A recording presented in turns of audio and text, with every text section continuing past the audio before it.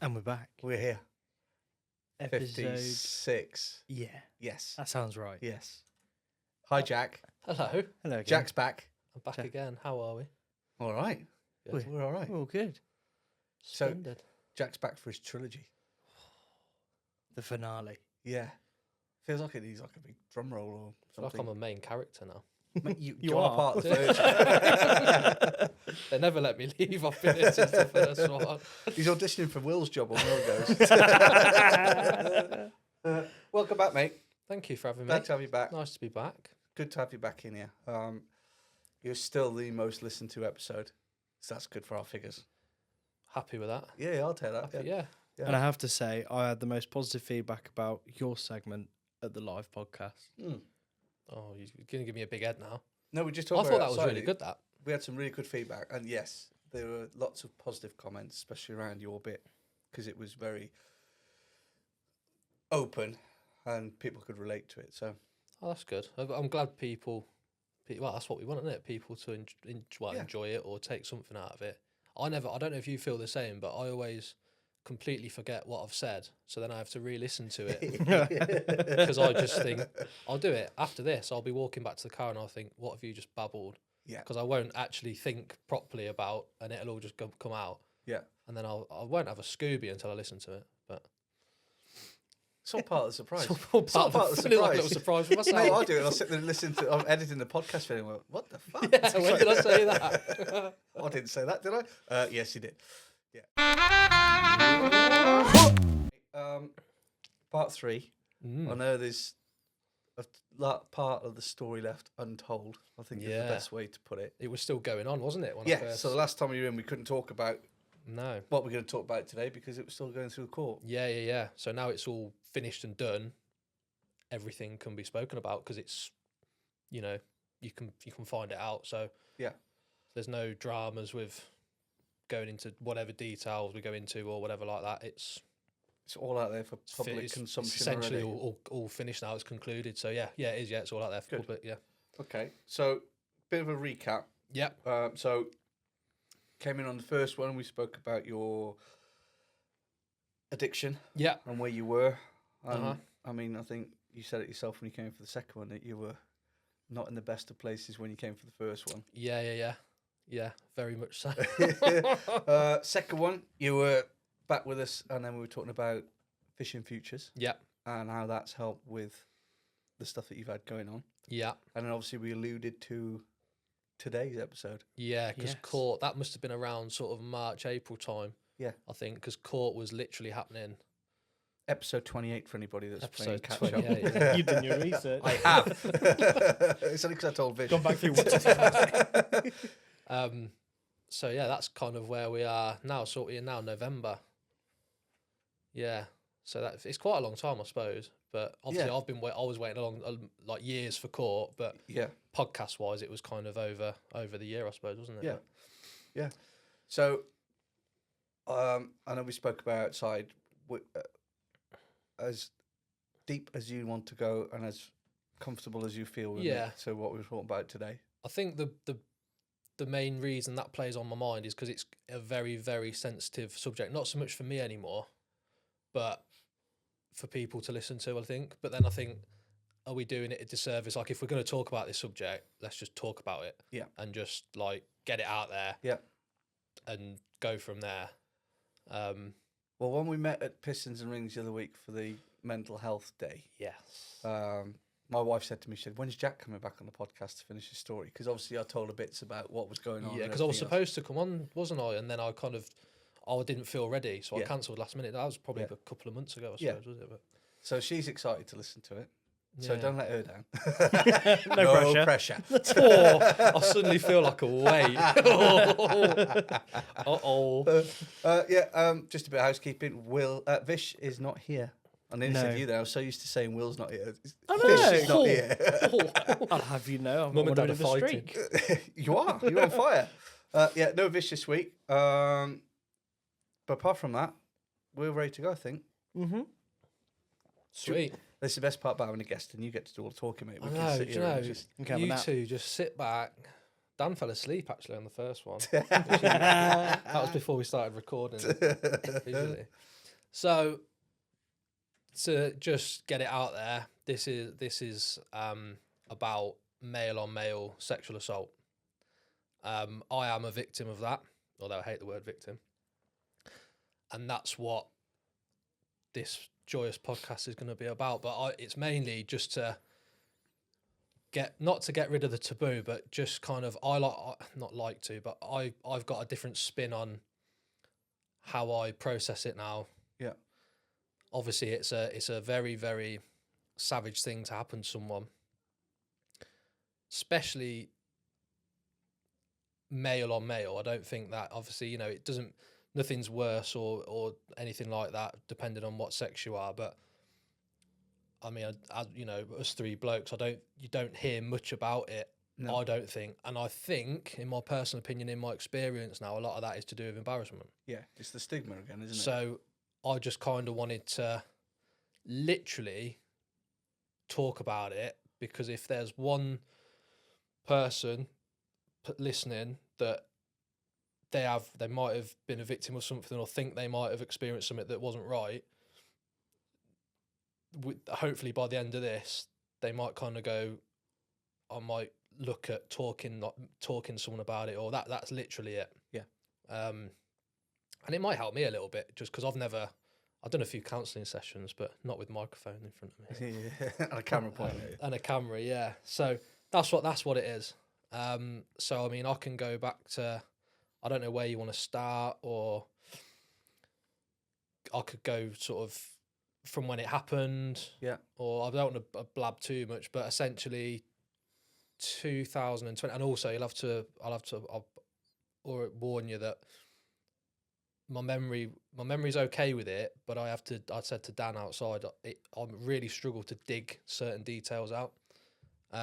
Some people have said to me that's because it's like your brain, your coping mechanism. Mechanism, yeah. And it's even in court, it was really, really, really difficult to pick things out, because I think my brain's just kind of going, nah, mate, you're all right. Yeah. But also because of the circumstances of the evening, which will be sort of more clear towards the end. But essentially, I was, when I lived in Hillmorton, in Rugby, I used to drink in the Stag and Pheasant pub. And we were just coming out of COVID. So, when all the gazebos and stuff. Yeah. Yeah. In fact, I think we were in the Euros. Were the Euros on around that time? Was it the the Euros? Because they delayed the Euros, didn't they? Because of COVID. So then when they were on, we were all back into those little Perspex bubbles where you went to the pub, you had to sit with sheets between you. That's it, yeah. God, that feels like ages ago. So the first incident happened kind of between full on lockdown and that time with Gazebo Gate and all that kind of stuff. Cutting a longish story short, but again, only because I can't remember too much. A friend of mine, we all have those mutual friends who from nights out. Yeah. So you'd never really talk loads. You're not like, you wouldn't go to their kid's birthday party, but you have when you were out. Local pub mate, all going in town. So we'd been in the group of us had been in the pub, and I lived literally 2 doors around the corner. So it was my place was where we'd sometimes go if people were finishing up at the pub. You'd come for last drinks around Jack's and that kind of thing. Yeah. This one evening, I could say his name, I suppose, now, can't I? Yeah. So it's a guy called Craig Nichols, who will go into it, but he is somehow still the landlord of the Stag and Pheasant pub, even though the brewery are aware of what happened. Right. Okay. They've still got him in there. Okay. This is after the police contacted them to tell them what happened. Yeah. And I've got on my notes, because I can never remember it, but ask me at some point, I can read what he got from the court. Yeah, because I was going to say, we'll come back to that, because you sent me the court results. Yeah. Didn't you, when we were having the text message conversation. So anyway, he came back, and it was just like, I said, one of them, I'm going around mine, going back to mine, have a few more drinks, da-da-da. And literally all I can remember, and it sounds bad, but I had a bit of cocaine in the kitchen, because I was going through that stage a little bit then, but nothing like what happened after. and I only mention it because it's quite important to what was said. I'll try not to string it out too long because it'd be a bit of a... So anyway, he rocks up, watching whatever, but just chatting, having a drink, do you know what I mean? Last drink of the night. And then all of a sudden, now the reason I mention the coke, as bad as it is that coke's a stimulant. Everyone knows that, right? Yeah. What you don't do when you do a little bit of cocaine is fall asleep to the point where you can't move your body and you're not conscious. Yeah. So, but that's what happened to me. So all of a sudden, I'm just, it's as if someone's hit me with a tranquilizer gun, like just gone. I wasn't aware that this had happened until I'm sitting on my sofa, a bit like this. And I've kind of lifted my head up, but I can't move any of my body. I can't even speak. It was more like a mumble. Yeah. But I could see just about. And he was performing oral sex on me. This friend. Okay. So, and like as I say it, I can feel like it's horrible. Like, but anyway. So, but this is in like 3-4 seconds, and then I've I don't know how I've done it, but I've kind of said stop and gone, but because I can literally hardly move my hands, it was like I was watching, how I described it. It's like I was watching through glass someone else, watching yourself, and you couldn't do anything. Body type thing. Yeah, exactly, out of body. Yeah. And then I went back out, which bearing in mind I've never ever done in my life. You know, drinking in the army or whatever, big nights out. Never ever ever have I passed out or anything like that. Woken up however long later, I don't know. I don't think it was that long. I'm in the house on my own. So carrying on a few days, weeks, my brain hadn't processed what had happened. Yeah.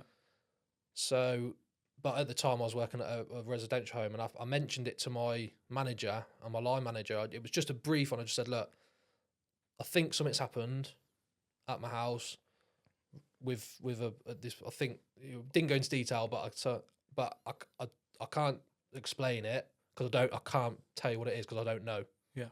I just think this has happened. I think, but that's as far as I could go. And it was just because obviously we were working in quite a sometimes quite a stressful job. I didn't want to lose it, or if I wasn't concentrating enough. Do you know what I mean? I wanted them to. So anyway, fast forward. This is very rough. A year. It took me maybe 9 months, maybe a year, again, of trying to figure out what had happened. Yeah. And I think part of it's your brain just going, no, it didn't. And then you going, it definitely did. And then your body's telling you it did. And it was kind of like a real long battle. And then I finally got to the point where I thought I need to 100% know. And in this meantime, he'd sent me a Facebook message saying, and you know on Facebook, if you get a message, if you don't, you can drag it, but it doesn't show you the whole message. Yeah. And it said something along the lines of, really don't think we should ever talk about that night, or something like that. Something that meant something. Yeah. But to be honest, I didn't open it fully because I was in denial, I think. I was a bit scared and I was in denial. So I never read it properly. I just deleted it. And I think he tried to message a couple of times and I just I'd got into my shell by this point. But then I got to a point where I thought, I need to know. Now, the only way of me knowing is by him telling. Yeah.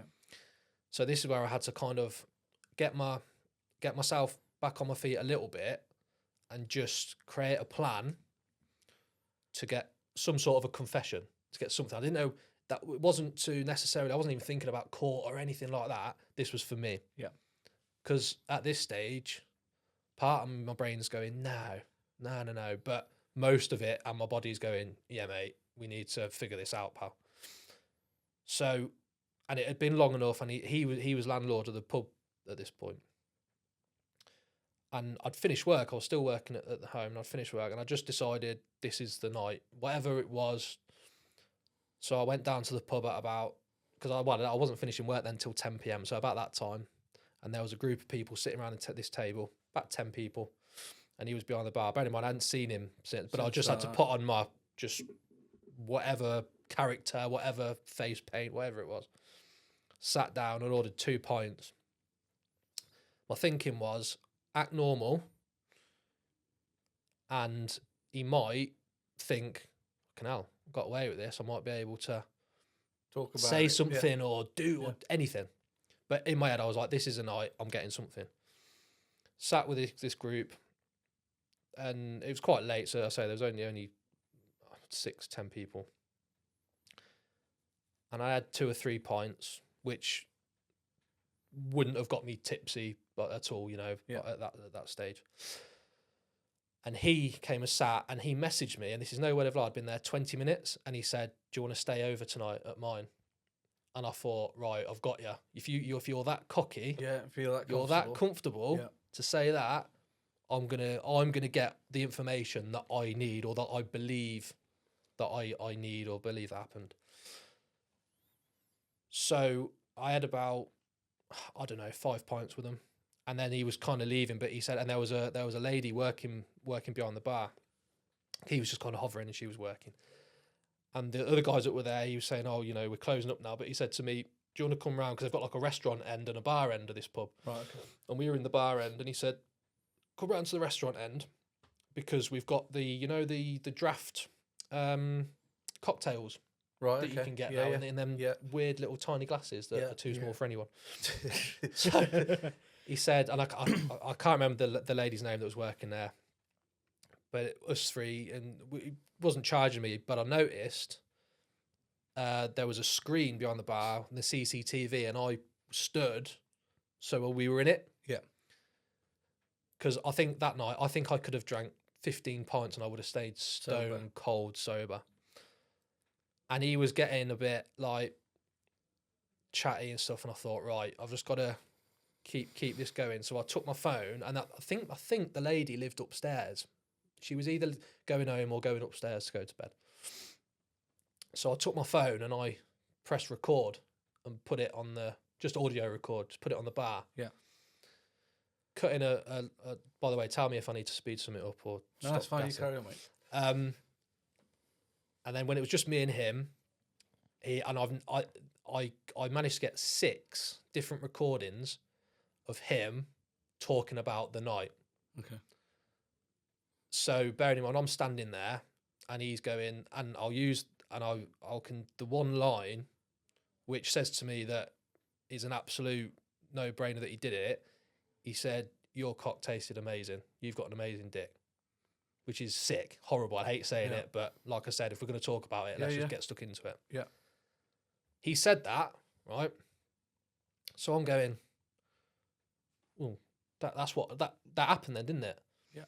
Not only has he done that, he started trying to, and he's a big guy. He's probably taller than me. I'm not a small bloke, but he's taller than me, and he's big built, probably 20 stone. And then he started trying to hug me and kiss my neck. Yeah. While it's recording, but also while we're on CCTV. Mm-hmm. So at that moment, I'm even clenching my fist then, because naturally, but I'm thinking, you're proving to me now. Yeah. But so I didn't hurt him, because I thought, I don't want to, up until this point, the police and everyone have told me to, and a couple of people at work that I've spoken about, they said, don't get yourself in trouble. Because, it's when it's 2 blokes, I think it can be a bit hard to believe sometimes, especially if you're of a larger stature or something like that. Yeah. Naturally, you're going to think, well, you could have stuck up for yourself there. Yeah. Which you shouldn't have to think about as when it's actually happened, but that's the truth of it. Yeah. So anyway, got my recordings, and that night, and I'll never. This is one, and this came up in court as well. He kept saying to me, stay here, da da da da da.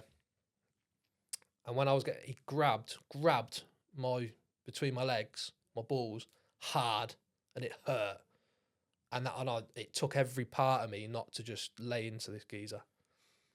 So then I left, and I thought, right, that's been recorded. Although I wasn't really thinking about that, I just thought about my audio recordings. I thought, that's proof now. Yeah. I know that it happened. Yeah.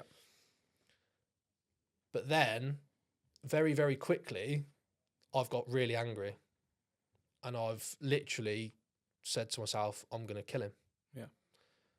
So I went and I got gloved up and I started walking up and down outside the pub. He didn't know I was there. Because I was very close to the people that had it before him, I knew the layout of upstairs. Yeah. So now I've seen red. Now I've got my confession, if you're going to call it that. Now I'm going to do you over. And I can say it because this is what I said to the police. I never lied about it. So I got gloved up out my car, started sort of, and it was, when it's real, you start pacing and because you know you're going to get sent down essentially, or something bad's going to happen but it really didn't matter to me at all. As I'm doing this, I saw a curtain flicker from a house over the road upstairs. Less than 5 minutes later, this Ford Cougar police car came flying down, I think it's Deering's Road, one of the roads. 2 male coppers get out, throw me, and I'm like in tears because I'm so worked up about what I'm about to do. Yeah. I was just zoned out. Threw me in the back of this Ford Cougar and drove. And then I broke down. And they said, what the hell are you, And I just took my phone and I said, play those recordings. It's making me shiver talking about it now because I can remember this bit. And they played them and they just went, oh shit. Yeah. And they took me to the station first because they interviewed me. Sort of like not a full on one, but they interviewed me. And then they took me to my mum's house about 4 a.m. And she thought I'd done something. She thought I was in trouble. Yeah, you've been brought on by the police. Yeah. But I was just, They're like, oh, what's he done now? Yeah, literally. And they were like, look, this is what's happened. And yeah, that was kind of the start of the next stage of this whole scenario. So then, and I bear in mind that was say 2020. Yeah. So I've waited then years. Court was April this year. Yeah. Jeez. Yeah. Court got put back 4 times over those years. I had to redo an amount. Are they called victim impact statements? Yeah. Yeah. Because obviously things can change over those years. But every time I did one, to be fair, I think I only did 2 or 3. But every time I did one, it'd tear me up because you get to a point where you put something to the back of your mind, and then all of a sudden someone goes, every time. let's take the lid off and just have a crack and see what happens. That's what. Yeah. And also, to the point as well where there's a bar in town in Rugby that I used to go to quite a lot. He must have known the owners at the time because during these years, if I was in there and he walked in, they'd kick me out because he would told them that I was like a bad person. I was trouble. Yeah. And they were like, and I thought, why am I now getting? And at one stage they contacted the police and said that I was intimidating him and doing all this. And I got a call from sort of one of the officers that was handling the case and said, you cannot do anything. And I said, I know, I'm not. Yeah. But they were kind of leaning. I think he was trying to lean on Jack's a troublemaker, Jack, Yeah. Anyway, court finally happened. I'm sure it was the start of April this year because my birthday was April Fool's Day and I thought, superb. So I think it was around the 5th or something. It went straight to Crown Court. I think altogether it lasted 4 days, although I only had to go in there for 1. Yeah. Because he had to go. I think he had to go to magistrates first to plead guilty or not. Yeah. He was not guilty the whole time. We got to Crown Court. Bear in mind, I haven't seen this geezer for a while up to now, and I went on my own. Didn't want anyone to come with me. Rented a suit because I thought, oh, this is my one chance. Like, I've got this audio evidence. I forgot to say, I'd had to do a police interview, like a long one, about an hour and a half, 2 hours, where, with the 2 cameras. Video interview, Yeah. Did one or 2 of them. And during those years, I'm just a mess. But I definitely declined. Yeah. And I think, I still don't think I'm aware now of how much it's messed me up, to be honest. I'll think about it, and we'll go on to that later, but in terms of like now. But anyway, yeah, so I went to court, and I because I thought it's almost like an interview, like, well, it is an interview, isn't it? But I wanted to look like I was taking it seriously, so and he sat. I remember going into was it the witness stand, they call it? Yeah. And he was in the little box thing, and he honestly looked like shit. Yeah. He looked, and I thought, that's either a really ballsy move or that you're done here. Yeah. And the first thing they did when I sat down was play the CCTV footage of the pub, because what CPS had done is not only charged him for what I'd reported for what happened at my house, they charged him for grabbing me up and assaulting me in the pub. Yeah. Which never really occurred to me, that bit, but it became very, very, very, very important, that part. So they play me, and I just, it was horrible watching it, because you got like a little screen, haven't you? And then, because I hadn't re-listened to the 6 audio thing, I've still got them on my phone, but I've never listened to them. Yeah. They played all 6 of them. So I was like, fucking hell. This is a really crap day out. This is a shit afternoon out. Yeah. So I've watched myself, and now I'm going to listen to him tell, and I thought, Jesus. And that, like, my whole body was kind of, I started shaking, but not so much angry. It's almost like, I don't know if it's fear, but it's kind of like your body's remembering what it went into at that time. It's like a state of shock, isn't it? And it's a bit OTT, but the pain on my testicles came back when I was watching and listening, and God, does it hurt? Yeah. And that's just, I think, a body memory. I don't know what you call it, but anyway, bit too much information, but that's the reality of what it does. And then I got absolutely, I don't know if quizzed is the wrong word, but by his defence. Grilled is what. Oh man, yeah. 3 hours I was there for, which again, I don't like the word victim, but you think, I'm not here for shits and giggles. Like, but I get it. They have a job to do, blah, blah, blah. But I answered it, and going back to the addiction side, I made sure I was crystal clean and sober for weeks, if not months, coming up to this. Yeah. Because I thought, this is my one shot. I need to be right. So I was able to answer, and I was almost proud of myself, because she was, to be honest, she was really trying to, they'd clearly gone for the let's wind him up and make him, and I just didn't at all. And I answered very quite eloquently, and it was annoying because a lot of it, I had to say, I don't remember, or no, I don't remember, because they said, if you're not 100% on an answer, do not say it. Yeah. And because of that, and the reason I say that, going back a little bit, we think, and I say we, sort of the doctors that I've seen, the counsellors, myself, friends, we think that he spiked me. Yeah. And it's really the only, yeah. And I kind of knew that, but I didn't want to, and again, you shouldn't feel guilty, but I didn't want to be like, oh, I was spiked, but there's no other way that this could have all happened if I wasn't. If you're, like you say, you were using cocaine. Yeah. You were able to drink. Yeah. So there's no reason to have that adverse reaction to... Yeah. And one of the things he said in court kind of really cemented what he'd done in terms of spiking me somehow. So done all that.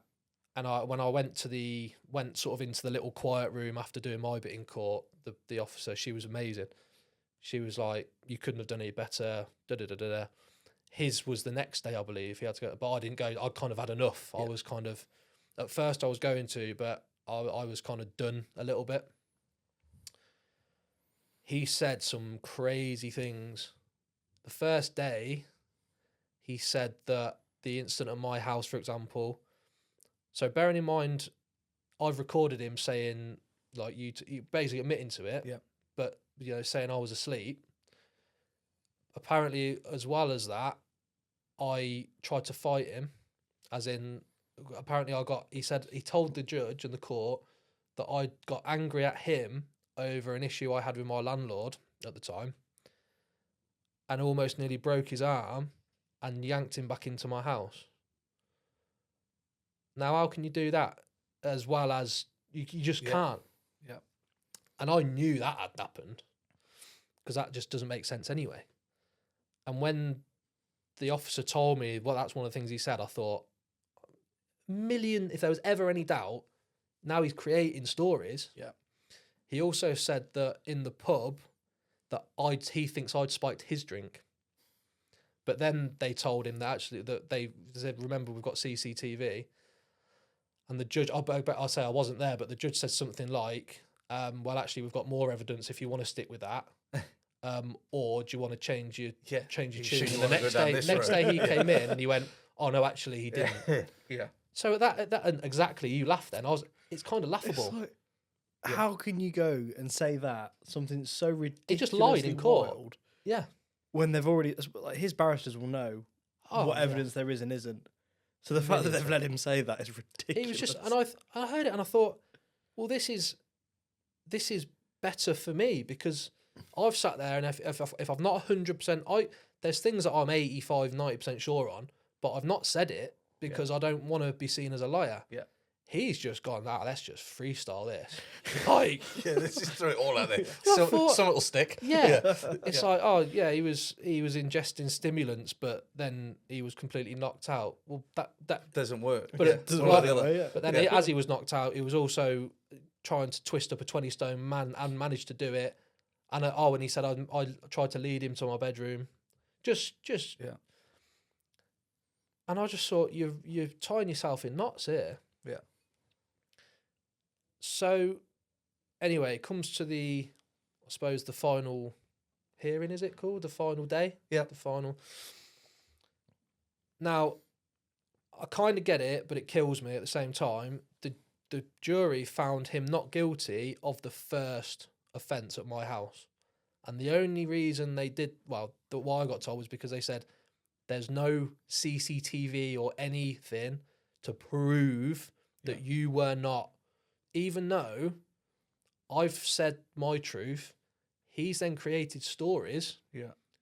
Now, if there was an element of truth where I might have been conscious or might have been, he wouldn't have needed to create those lies.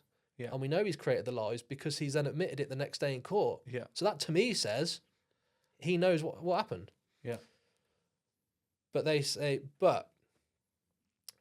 and this is why I was so happy, and this is why, if anyone's listening, there is always a chance there's something you can do, is because if it wasn't for me getting those recordings, he'd have got off probably. Yeah.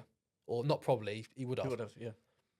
So as horrible as it was to go through things again and to see him and to get to all that stuff and to put myself in a position where he was physically in front of me and having to control myself, if it wasn't for me doing that, he would not be convicted.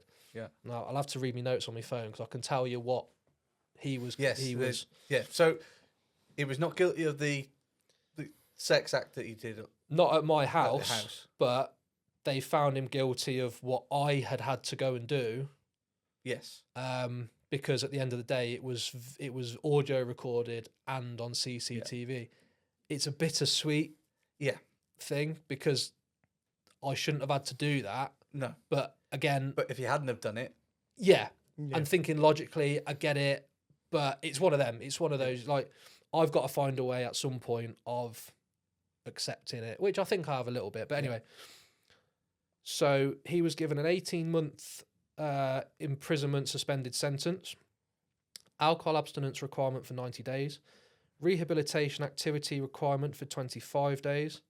This will be educational learning around sexual offending, 50 hours community service, £3,156 court costs, £2,000 compensation to myself.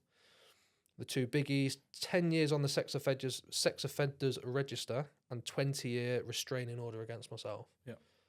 And reading that and the officer that was sort of taking care of my case, and also, sorry, going back, the judge who started the court hearing. They were supposed to change towards the end, but this judge said, no, I'm staying. See it through. And this officer said the judge has done that because he believes what the first charge, he believes that was true as well. Yeah. Because apparently that's quite a pretty hefty sentence for this kind of thing. So, yeah. And that's it, basically. Fucking hell. Wow. Yeah.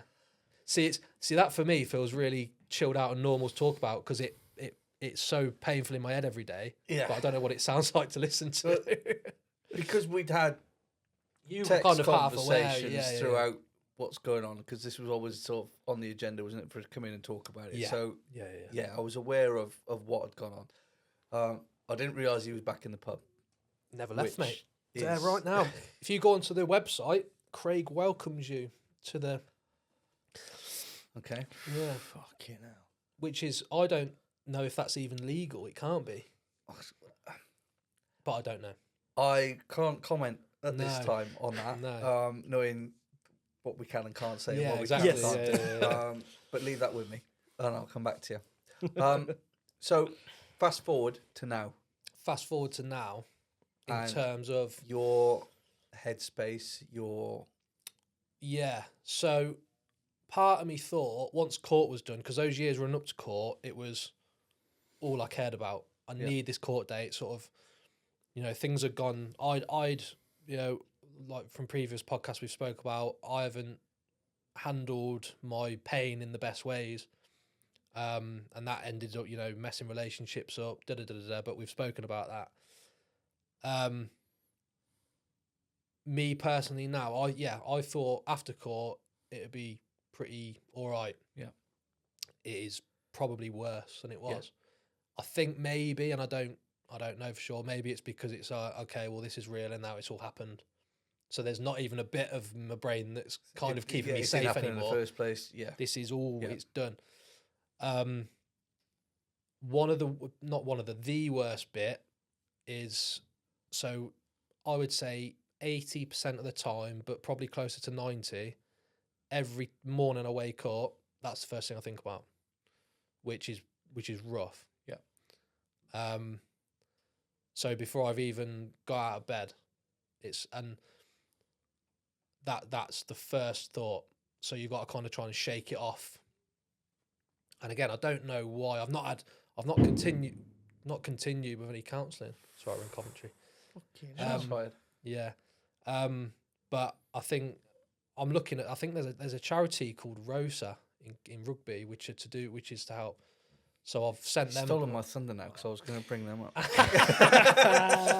I've done my research and everything. Yeah, well, I've not heard back yet, but I sent them. Application form's a bit of a weird. It's like a referral, self-referral thing, isn't it? Yeah. So hopefully in a few weeks or whenever because the police paid me to have counselling before court, but I didn't find it was going that great. So I knocked it on the head after about 2 months. Yeah. But yeah, in terms of now, like waking up, that's the worst bit, I think. If I'm in the shower, I'll sometimes get a bit freaked out because you feel vulnerable. So I think it's sort of maybe sometimes when you're physically vulnerable, that's when it hits me. Yeah. I have to, without fail, unless I'm out. In fact, no, most of the time when I'm fishing as well. If I'm sleeping at home, I have to listen to a podcast. Yeah. Because give me silence and it just disappears into your thoughts. Yeah. If I'm sleeping in silence, it's kind of be weird. I'll be half asleep, but then I'll hallucinate. Yeah. So I've seen him in my room. I've never had a panic attack, I don't think, but I've woken up a few times and it's happened twice where it feels like I'm being grabbed and I can't move and I'm literally crying on my bed. Yeah. Which is mad. Yeah. So I need that constant conversation, that podcast in the background to keep my brain from thinking about it, which is quite a big change in my life, to be fair, if you don't want to hear your own thoughts. Yeah. It's kind of it wears you out a little bit, I think. And again, I still don't think I'm aware of how much it's affected me as maybe what it is. Yeah.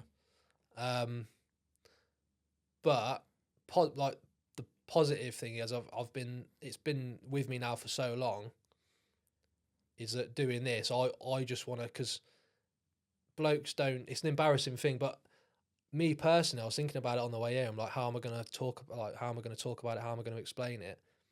I don't think I've got anything to be embarrassed about, because at the end of the day, putting it bluntly, he had to spike me with something. He had to go to such lengths to get what he wanted, where I physically couldn't even open my eyes or speak. He should be the one that's embarrassed. Yeah. Like, and that, I feel like, you hear about these horrible cases, men and women, where they've been sexually assaulted and things like that. A lot of the time, they're like, especially spiking and things like that. But then a lot of people don't talk about it because of the embarrassment. Yeah. I'm kind of saying, well, that's a natural feeling, like really, really, really natural. And I still feel it. But when I actually pick it apart and think about it, he had to, put me to sleep. What have I got to be embarrassed about? Yeah. I've come out the other side. Yeah, I'm not great, but he's now on a sex offenders register. Yeah. So that's kind of one of my biggest things, is if someone is listening to it and like you haven't got anything to be embarrassed about. Yeah. But I think that's the stigma, a little bit, in my opinion. Yeah. You alluded to it yourself really throughout that, because you referred to him as the big bloke. You're not a small bloke, mate. No. You dwarf me when you stand next to me. So, and it's all comes back to that masculinity thing, doesn't it? Yeah, that, yeah. I'm a bloke. These things don't happen to me. I can't be the victim. Oh, mate. I can fight anybody off. Yeah. And you realise that anybody is vulnerable at any point. What can you do? That can happen. If you've had, like, you hear about these horrible cases where, women have been spiked in a club, for example, there is nothing. Nope. You can get, like, you can buy things for bottles and stuff, but really, there's nothing that person can do. Like, there's nothing I could have done. No. I have no idea how my body managed to just sit up and open my eyes enough push him off to try or to just be aware that it's happened. Because if I hadn't, I would have never known. Yeah. Ever. Yeah. So yeah, like, and it actually does help actually being able to, because it kind of makes it sound like it makes sense a little bit, rather than me just going round and round and round. Yeah. But that's how I think. And again, I know it's really, really easy to say, but I can say it because I've been doing it. It's took me about 5 years to get there. Is the and I use the word victim again, but I don't like that word. We haven't got anything to be embarrassed about at all. Especially if you've tried to, get some help or get some sort of conviction or understand it or talk. That's a positive. That's you. It's the only thing that you can do after the event, isn't it? Yeah. You either shut it out, and pretend it never happened and deal with that fucking constantly, because it's constantly going to be in the back of your head, or do what you've done and have the bollocks to stand up and say, do you know what, this isn't right. Yeah, and especially this day and age, every time I open social media, you see this stuff, and like, concentrate. I'm not pushing aside when females are involved at all, but talking about the male on male stuff, you really don't hear about that very often. I don't think. And again, like you say, it's that stigma thing. It's that but I talk about it. I think it is so common. It's unreal. Yeah. Like, and I'd love to create something, or like I say, have someone listen that's gone flipping heck. You can, and just because it's that taboo, isn't it? It's that. Yeah. And unfortunately, you've got to go through a few years of pain to be able to talk about it. But once you do, it's like, do you know what? Fuck it. Like, the bad things happened. The person that's done it is now legally a criminal and is on the sex offenders register. Yeah. I'm here talking to you, and I'm starting my new job on Monday. Yeah. So, do you know what I mean? Yeah. But yeah, that's where we're at now. That's where we are. Yeah.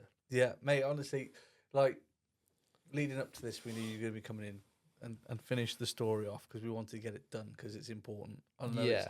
it's important for us to understand it, not being on the receiving end and not being in that position. It's one of those that you can't. But it's like you say, is the important message is for people out there that might be struggling with something similar to understand that firstly you're not on your own. There are other people who are going through the same thing, and there are ways of dealing with it, and there is support out there for when you do decide I need to talk about it. There is. Do you know what? It's so difficult though because, like, my family won't talk to me about it. Yeah. Because they've got this weird embarrassment. Yeah. Which, of course, then affects me even more. Yeah. Like, you've been outcast for something that you didn't. Mate, that's yeah. Yeah. You know, I've got mates. I've got my one best friend who knows about it all. Even my partner at the time, before we split up, I don't think she knew how to talk to me about it because again, I was supposed to be this bloke, you know, not to be, you know, I can handle myself. To come to you with their problems. Yeah. And it's so it is difficult. And then what do? Do you walk into a police station and just say, it is hard to find somewhere to talk about it, really, especially if you're still like I was. You're still not 100% exactly what happened. You just know. Yeah. And you do. You've like your body knows. Yeah. Oh, mate. Yeah. And like when I used to have memories about it, I could feel my body like tense up, like in fear. Yeah. Like you can't create that, I don't think. No.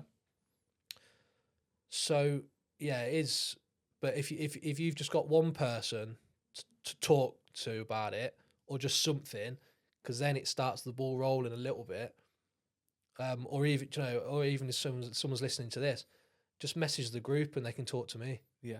Because having been there, like I'm not a counsellor, but I've been there, so I get it. And everything that you're gonna feel or potentially feel, I've probably felt. Yeah. And it's just having the person, because, like I say, it's getting past that embarrassment, and that's what it is. Yeah. And it's you can put it against anything. All the blokes in our group, the people that we talk with, that embarrassment thing, no matter what the issue is, no matter what you've gone through, it's the same. And that's you can say the same to a lot of people, can't you? You know, yes, for me, you think this is the hardest thing you've got to talk about, and talking about it for the first time is going to be the hardest thing you've ever done. But then when you realise that there are lots of people go through lots of different things that can end up feeling the same things, and you can talk about it. And once you've got that and you understand that, it's so much easier. Yeah, hit the nail on the head. Exactly that. So it's but I'm now it's done. I'm so set on like I say, if someone is listening, to just contact the group if they've man, woman, it doesn't matter, because I know, and it honestly, when I say it nearly killed me, it's nearly killed me. Yeah. And I think it will affect me forever, but now it's down to me to figure out, like, if I go to, start working with Rosa and figuring out my way of my little journey to kind of, so I'm not waking up. I'd love to not wake up every morning and think about it. Yeah. That's my dream. If I could have that, that'd be amazing. Yeah. But I think I've still got a lot of understanding to do as to how it's physically affected me, and understand, I don't know if it'd be a doctor that tells me or a psychologist or whatever, why this is still happening and what options you've got in terms of how you can try to weed those thoughts out, if that makes sense. Or I think there's still a lot of processing to do in terms of that. I mean, it might be, mate, that it might never ever go away. It's just that you use that as a part of your coping mechanism. Yeah. It becomes part of you then, and I think it's taking the ownership of it and dealing with it that way, isn't it? Yeah. Honestly, for the first time I met you on the first walks in rugby, we got talking, and then the more and more came out, I was like, fucking hell, what is going on? Well, you'll be glad to know that's pretty much it now. Yeah. So but now you're back to fishing. Yeah. You spent 2 nights fishing. I literally, and this is the first time I've been since court, and you mentioned fishing futures, that I think that was a coping mechanism. Yeah. Because I literally had court. I was running the club the day before court. Yeah. I was doing everything I could to stay busy. Yeah. court happened, and then I went off grid, and all the parents, and I let down so many people. But of course, you can't go onto a fishing club and say, oh, by the way, this has happened, this is why I'm not here. So then you get more guilt, and the amount of, there's still messages I haven't read from parents going, where are you, what's happened? Because how would you, you can't just put, it's not like, oh, sorry, my car's broke down. Yeah. Like, again, I remember us having that conversation because you were talking about guilt, putting something out about it. Yeah. And then, but then there's more guilt because of that. And you think, fucking hell, like, but again, that's the reality of, so, and it was just bad timing on my part for starting something then. Yeah. Because it was going really well, but I just couldn't. I lost my confidence. I lost my motivation. There's no way I could pretend that I was all right for a long time, and still now really. I went fishing. I've just come back today from 2 nights. That's the first time I've been since then. Yeah. Since court, and that's going on my own. Yeah. And to be honest with you, the first night of the 2, my head was bad because I had to, I had my phone, but I don't like to sit in front of my phone the whole time. When I'm there, I try and, but of course then all the stuff I've been putting off for months. It's creeping back in. Yeah. Oh man, that first night, every time I went to sleep, I was having some crazy nightmare.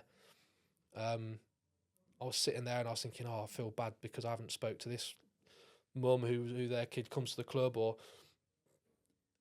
and the second night, it was nowhere near as bad. Yeah. So I think I just need to try and put myself in that situation because I was scared to go fishing for quite a long time because I was in such a bad place. You think, I'm on my own, do you know what I mean? Things could go wrong quite quickly, but I've done it, so that's that. But it was nice to be back out, but I need to try and get used to managing quiet and managing silence and because it's a wild place up there. Like a lot of people. Yeah. But at least you've got 56 episodes of this. Yeah. I'll keep listening to my ones. But mate, and then obviously you're back in work. You started your new job next week. Yeah, new job next week. So it's just building, and I'm going back into children's residential care where, and again, it's looking for the positive. I've been through addiction, substance abuse. I've been through family issues with the adoption stuff. Yeah. I've been through. I sound like such a little victim. Should we do a happy one next time where we're just Jack's taking up drums. Jack's not coming in. Jack's not coming in again. I know, yeah. What a loser. And been through the sexual assault stuff. Now, there's a plethora of things there where some of the young people we might get through have unfortunately witnessed or been. So I can use my experiences to maybe be a positive impact on them. Yeah. And I think I've lost that since leaving the last home. I've kind of jumped around a little bit, and I think I need that for not selfishly, but at least I'm doing some good. It's some good that's coming from a really, really bad thing. Yeah. It might help someone. Yeah. It's the empathy thing. Yeah. If you've got that, which you have a spades, mate, because even my wife said that after we were talking at the Pistons and Ring thing. So you're a people person. And to see how you were when you couldn't do that, so all the things that were going on, I could see the difference. And now, when we spoke the other week at the event, you said that was, and then when you told me downstairs, you can see that difference in you now that you're ready to go back. You want to go back. Yeah, I'm feeling it. So let's say on the first podcast, I was like a 1 out of 10.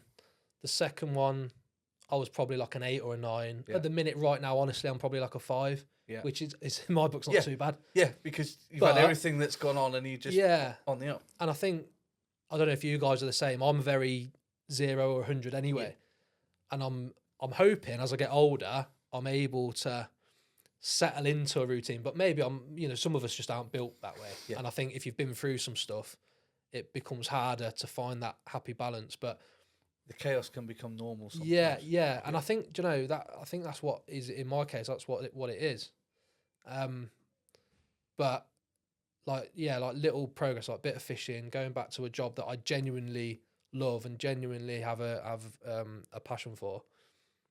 They're just the little building blocks, aren't they? To like anyone that's been through stuff, you've got to you make your decision. You do or you don't. Yeah, that's what it boils down to. Yeah, and that's just the simplest way you can put it. In you either do it or you don't. And you deal with the consequences of either side. So. Yeah. So we'll talk about some happy stuff. Well, he stole my thunder because I was going to mention Rosa because bizarrely I had an email a couple of weeks ago from them saying if you've got any blokes in the group that have struggled with, Oh, well, help me with my referral then, because I've been waiting a couple of weeks. Bless them.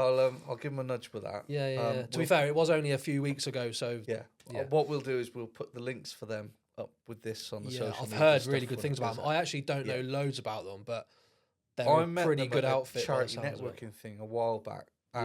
Very keen, very sort of positive. They know what they're doing, don't they? Yeah. So that'll be good, and they'll put you in the right places, the right boxes. Don't need a big old box.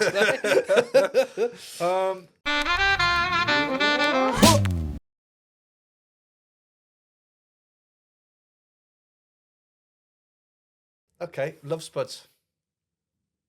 Have you got any love spuds? Have you got any airable love spuds this week? Yeah, you've been quiet. No. It's because you've not been here. No, the only love spuds I have was from my driving course, and even then I can't. Yeah. Okay. All right. Love spuds, Jack. What's gripped your shit this week? What day are we on? Tuesday. Or Thursday if you're listening to this. I have. You're right. No, it's not even. I'll say it in a jokey way, but I'm not joking, right? I love my grandmother. Oh.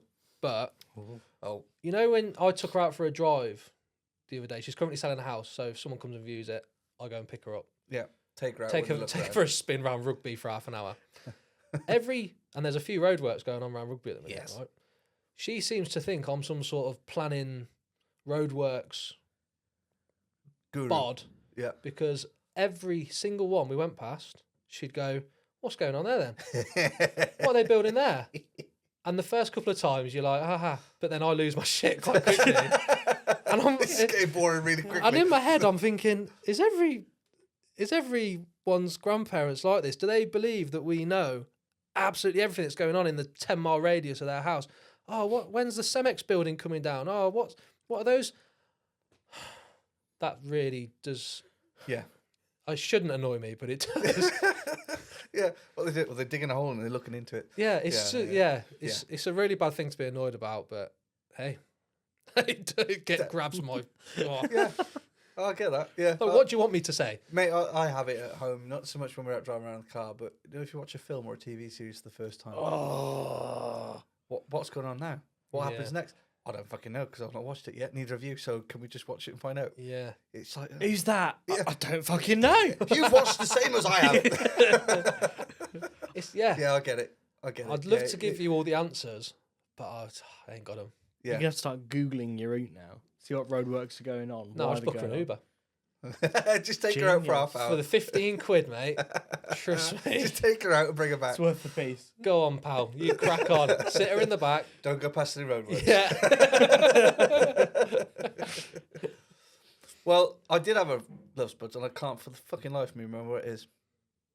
Because I've been that lost with today's episode and everything else has gone out. It's gone out of my head. It can't have been that important, so it might come back for next week. Oh.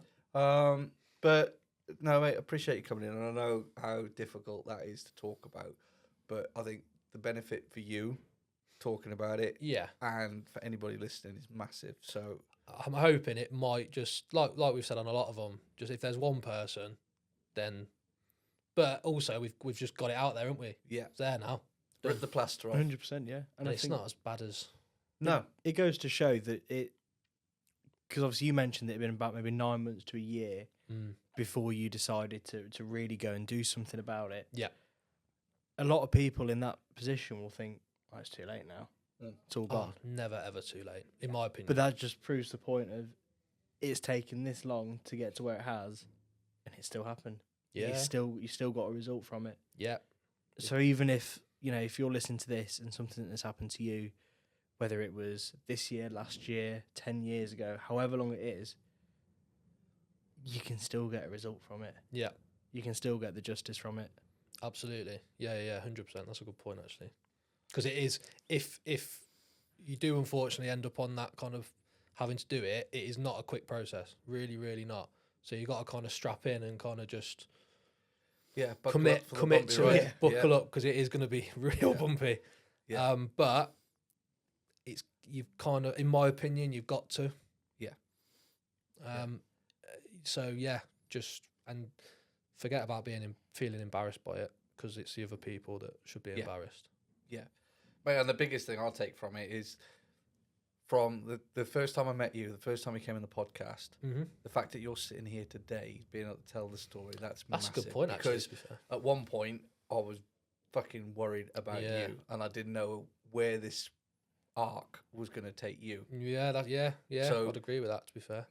To be able to have this conversation now makes me feel a lot better. Because you're still here and we still have this conversation. I haven't got to go, we can't make the third part of the story because Jack's not here. That's selfish bastard. But again, and that's credit to you, that's credit to your character and for you getting through the shit that you've gone through. Yeah, I hadn't thought of it like that, to be fair. What a little ray of sunshine like that. Bit of self-praise, we don't do it enough, so take that from it. Yeah, well, I say, like, hopefully it might help someone one day, so... Yeah, I think it definitely will. Hopefully no one needs the help, but... Ideally, but, unfortunately. This big bad world, shit's going to carry on happening. We see it every single day at the minute, especially at the minute, actually. Yeah. So... Yeah, it just seems to be everywhere, doesn't it? Then we're to start fighting back, I think, and just, if it's happened, let's get our lives back a little bit and crack on, because, like I've proven, like they'll lose out on a large part of theirs, and we'll come out the other side, so... Yeah. I don't think I've got anything. Just say thank you to everybody that came to the fireworks display on Saturday. It looked very good. It was good. I said to Jack, we had a very good turnout. We did very well out of it. Thanks to the rain. The weather helped. Which allowed us to flog off all our branded umbrellas, which went down the storm. That was pre-planned by you, wasn't it? Yeah, I did a rain dance in the storage unit. What people didn't see was Jen stood behind the tent with a fire hose. Like. No, it's Jen I sent out with the umbrella when it started raining. Go and show that off. It was Theo behind the tent with the hose. That's why I was asking if we all had super soakers, because they wanted to borrow them for the rain. Things are going really well for us at the minute. We are Broad Street Rugby Club Friday night. Coventry Walk Saturday morning. Busy as always, but we keep going. Lots of stuff coming up. Your Christmas shenanigans. Poster is nearly finished. Should be. You've taken me 3 weeks to get to this point. I know, every time I make a change, I don't like it. They're arguing again. Every time I make a change, I don't like it, so I change it again. Make ChatGPT, give me an AI prompt for Canva, and that's what I do mine. Just copy and paste AI that on in. Canva? Yes. You're going to have to show me that. I'll show you. You're going to be doing more changes now to that, aren't you? Oh, God, yeah. On that note, see you next Tuesday. Thursday. For fuck's sake, you've been in 3 times.